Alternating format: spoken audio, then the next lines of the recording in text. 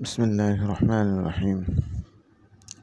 হযরত ইবনে আব্বাস রাদিয়াল্লাহু তাআলা বর্ণিত রাসূলুল্লাহ সাল্লাল্লাহু আলাইহি ওয়াসাল্লাম এই দোয়া করিতেন: হে আল্লাহ, তোমার নিকট আমি আত্মসমর্পণ করিয়াছি এবং তোমারই উপর ঈমান আনিয়াছি এবং তোমারই উপর তাওয়াক্কুল ভরসা করিয়াছি এবং তোমারই অভিমুখে আমি রুজু করিয়াছি এবং তোমারই সাহায্যে আমি শত্রুদের বিরুদ্ধে লড়াই করিয়াছি।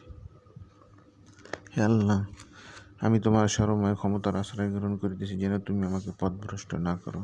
তুমি ছাড়া কোনো মাবুদ নাই, তুমি চিরঞ্জীব, যাহার মৃত্যু নাই, অথচ মানব ও জিন সকলে মৃত্যুবরণ করিবে। বুখারী মুসলিম শরীফের হাদিস। তাওয়াক্কুল সম্পর্কে হাদিস। হযরত ইবনে আব্বাস রাদিয়াল্লাহু হইতে আরো বর্ণিত আছে, হযরত ইব্রাহিম আলাইহিস সালামকে যখন আগুনে নিক্ষেপ করা হলো তখন তিনি বললেন, হাসবুনাল্লাহু ওয়া নি'মাল ওয়াকিল, আমার জন্য আল্লাহই যথেষ্ট এবং তিনি উত্তম ব্যবস্থাপক। হযরত মুহাম্মদ সাল্লাল্লাহু আলাইহি ওয়াসাল্লাম ইহা উচ্চারণ করিয়াছিলেন যখন লোকেরা বলিয়াছিল যে শত্রুদল তোমাদের বিরুদ্ধে প্রস্তুতি গ্রহণ করিয়াছে এবং সরঞ্জাম জোগাড় করিয়াছে, সুতরাং তাহাদিগকে তোমরা ভয় করো। তখন তাহাদের ঈমান আরও বৃদ্ধি পাইল এবং তাহারা বলিল, আল্লাহ আমাদের জন্য যথেষ্ট এবং তিনি উত্তম ব্যবস্থাপক। অন্য এক রাওয়ায়াতে হযরত ইবনে আব্বাস রাদিয়াল্লাহু বলেন, আগুনে নিক্ষিপ্ত হইবার সময় হযরত ইব্রাহিম আলাইহিস সালামের সর্বশেষ কথা এই ছিল, হাসবুনাল্লাহু ওয়া নি'মাল ওয়াকিল, আল্লাহই আমার জন্য যথেষ্ট আর তিনি অতি উত্তম ব্যবস্থাপক। বুখারী শরীফ।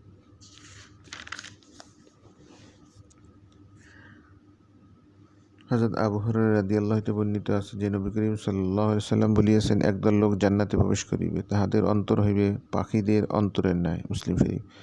কেউ কেউ বলেন ইহার অর্থ এই যে তাহারা আল্লাহর উপর তাওয়াক্কুল ও ভরসাকারী। অন্য কেউ বলেন তাহাদের অন্তর অতি কোমল হইবে।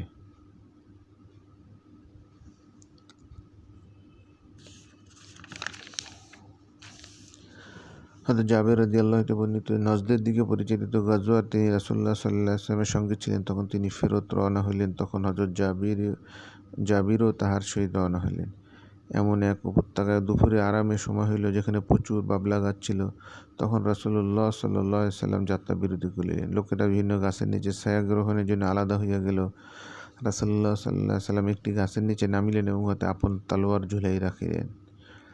হযরত জাবের রাদিয়াল্লাহু বলেন, আমরা সকলে একটু ঘুমাইয়া পড়িলাম। এমন সময় রাসূলুল্লাহ সাল্লাল্লাহু আলাইহি ওয়াসাল্লাম আমাদেরকে ডাক দিলেন। আমরা গিয়া দেখি তাহার সামনে এক বেদুইন উপস্থিত। তিনি বললেন, আমি ঘুমন্ত অবস্থায় এই লোক আমার তলোয়ার আমার উপর উঁচাইয়া ধরিয়াছিল, কিন্তু তলোয়ার তাহার হাতে থাকা অবস্থায় আমি জাগ্রত হইয়া গেলাম। তখন সে বলিল, আমার হাত হইতে কে আপনাকে রক্ষা করিবে? আমি 3 বার বললাম, আল্লাহ আমাকে রক্ষা করিবেন। রাসূলুল্লাহ সাল্লাল্লাহু আলাইহি ওয়াসাল্লাম তাহার মহানুভবতা ও দয়ার কারণে বেদুইনকে কোনো শাস্তি দিলেন না, তবে তিনি স্ব-অবস্থা হইতে উঠিয়া বসিলেন। বুখারী মুসলিম শরীফ। অন্য রেওয়ায়াতে হযরত জাবের রাদিয়াল্লাহু বলেন, আমরা জাতুররিকা যুদ্ধে রাসূলুল্লাহ সাল্লাল্লাহু আলাইহি ওয়াসাল্লামের সঙ্গে ছিলাম। যখন আমরা একটি ছায়াদার গাছের নিকট পৌঁছলাম, তখন রাসূলুল্লাহ সাল্লাল্লাহু আলাইহি ওয়াসাল্লামকে উহার নিচে রাখিয়া আমরা চলিয়া আসিলাম। এমন সময় এক মুশরিক আসিয়া পড়িল। রাসূলুল্লাহ সাল্লাল্লাহু আলাইহি ওয়াসাল্লামের তলোয়ার গাছে ঝুলানো ছিল। তখন সে তলোয়ার উঁচাইয়া ধরিয়া বলিল, তুমি কি আমাকে ভয় করো? তিনি বললেন, না। সে বলিলেন, তবে কে তোমাকে আমার হাত হইতে রক্ষা করিবে? তিনি বললেন, আল্লাহ। আবু বকর ইসমাইলি রহমতুল্লাহি সংকলিত সহিহ কিতাবের বর্ণনা আছে যে মুশরিক লোকটি বলিল, কে তোমাকে আমার হাত হইতে রক্ষা করিবে? তিনি বললেন, আল্লাহ। তখন তলোয়ার তার হাত হইতে পড়িয়া গেল। তখন রাসূলুল্লাহ সাল্লাল্লাহু আলাইহি ওয়াসাল্লাম তলোয়ারটি তুলিয়া বললেন, তোমাকে আমার হাত হইতে কে রক্ষা করিবে? সে বলিল, আপনি উত্তম তরবারির ধারণকারী হন। তিনি বললেন, তুমি কি সাক্ষ্য দিবে যে আল্লাহ ছাড়া কোনো মাবুদ নাই আর আমি আল্লাহর রাসূল? সে বলিল, না, তবে আমি আপনাকে প্রতিশ্রুতি দিতেছি যে আমি আপনার বিরুদ্ধে লড়াই করিব না এবং যাহারা আপনার বিরুদ্ধে লড়াই করে তাহাদের সঙ্গেও থাকিব না। তখন রাসূলুল্লাহ সাল্লাল্লাহু আলাইহি ওয়াসাল্লামকে ছাড়িয়া দিলেন। রাসূলুল্লাহ সাল্লাল্লাহু আলাইহি ওয়াসাল্লাম তাহাকে ছাড়িয়া দিলেন, আর সে তাহার সঙ্গীদের নিকট আসিয়া বলিল, আমি শ্রেষ্ঠ মানুষের নিকট হইতে তোমাদের সান্নিধ্যে আসিয়াছি।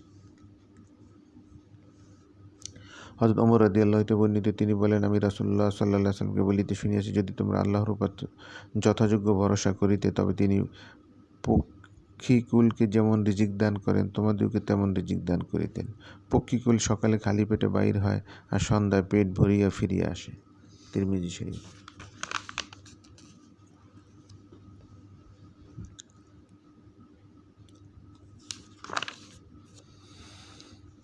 হযরত আবু বকর সিদ্দিক রাদিয়াল্লাহু আনহু বর্ণিত, তিনিও তাহার পিতামাতা সকলেই সাহাবী রাদিয়াল্লাহু আনহুম। তিনি বললেন, হিজরতের সময় আমরা গুহায় অবস্থান করা অবস্থায় আমি মুশরিকদের পা দেখিতে পাইলাম।